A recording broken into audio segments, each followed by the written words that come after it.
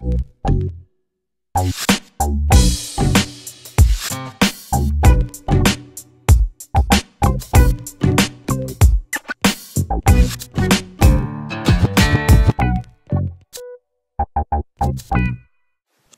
Thursday and welcome to the Tech Channel. This is Ryan Knows Tech with TechInform.us, and I'm going to be making a quick review by request of the HP SimpleSave hard drive. Not a brand new product. I've had it for a little bit now, but I know a couple people have asked me. We've been talking about the SSD upgrade that I'm planning to do to the MacBook Pro in the next couple of weeks, and somebody asked me if I was going to get an external, what external I had, how I liked it. Guess external hard drives are pretty big right now. This is the one I got. I got this probably a year and a half ago. It's been a while, but it's been a really good hard drive ever since I got it. I would recommend it due to the price. If you are using it as much as I am now, I probably wouldn't buy another one only for the reason of connectivity. I would probably end up getting, well, one, a larger size, and two, something with Firewire 800, USB 3, something along those lines. Maybe even Thunderbolt sometime if I get a Mac that supports that. But this is the HP, as I said, SimpleSave hard drive. They made this in a crap ton of different sizes. I believe there was 160, 320, 500 gigs, a terabyte, and 2 terabyte. Right now on Amazon, you can get the HP SimpleSave external hard drive, the 2 terabyte one, for $90. So that's a pretty decent price for 2 terabytes. The 1 terabyte drive is listed right below it for $80, $10 less for half the space. So I guess you guys need to make that decision. Made by HP, at least the casing is. I actually have not opened it up to see who the actual hard drive is made by. Probably whoever HP uses for their hard drives. I know Apple uses Hitachi. I don't know enough about HP to tell you who they use. But if it's gone a year and a half, I have written about 500 gigabytes of data to this, so it's half full. This is the terabyte model, and I've never had any problems with it. There's a couple things I don't like about it, but we'll get into that in a minute. First thing, connectivity.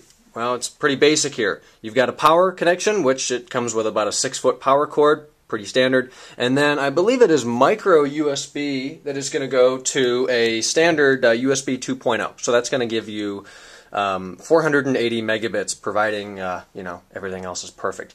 I've gotten this drive to write around 40, 50 megs a second. It usually doesn't last there. I believe it's a 32 meg buffer size on this drive. Rotational speed, I'm pretty sure, is 7,200 RPM. I can't tell you exactly because everywhere I look online, it has different specs. I think it depends on when you got it. So I may have the 7,200 RPM one. I know HP makes the 10,000 rev drives, and probably back in the day they made 5,400 RPM drives. But judging by the speed of this thing, I'm going to say it's at least 7,200 RPM. That sticker did not come with the drive. I kind of stuck that on there off of my old ThinkPad T42, so that's what that's there for. No buttons or anything on the front. There is actually a light, an LED, actually bottom right here, that's going to blink when you're reading and writing to it. Not real obtrusive, but I don't really see much use for it unless you're having a problem. The casing is just a matte black piano, or matte black, a piano finish black plastic. It does not feel like the most quality case. It's got some rubber things down here at the bottom, more plastic, tons of ventilation. This thing does not get hot. You can see it's just a 3.5-inch desktop hard drive that they threw in here and then routed these SATA connections out here through this USB down at the bottom. Onto the things I like. It's pretty simple. You plug it in and you go. It does, unfortunately, mount a CD drive with it. It thinks that it's a CD. It gives you the CD of the HP SimpleSave backup software, which, of course, like any backup software, is pretty much garbage, and I find no use for it. It's a lot easier to use Time Machine or Windows Backup to keep backups on here. I would not recommend using the HP software. I'm sure it works. It's probably just more convoluted than it needs to be. So, mounting. I wanted to talk about that. This drive is not the quickest drive that's going to mount to your computer. What that means is when you plug it in, there's a delay between when you plug it into the machine and when it actually shows up on your desktop or in Explorer. It's going to take probably 20 to 30 seconds for it to mount the drive. After that, you're good to go unless it goes to sleep. It takes a few seconds to rev up. That's pretty much standard with rotational disks. Aside from that problem, and the fact that it does mount to CD, but don't worry, if you eject the hard drive, the CD drive ejects as well. So it's not that big of a deal. This is a good drive for the money. It's good to keep backups on. If it's something that I were using all the time like I am now, I'm going to plan on replacing this probably in the next 6 months to a year, providing there's no faults with it. Of course, I'm not expecting them, but when are you ever expecting faults? Unless you're using a PC. But I'll probably end up getting a terabyte, maybe even 2, depending on what deals I find. Definitely in, as I said before, Firewire 800 or Thunderbolt, USB 3, something like that. Not that USB 2 is slow, but it is slow compared to those other methods of connectivity.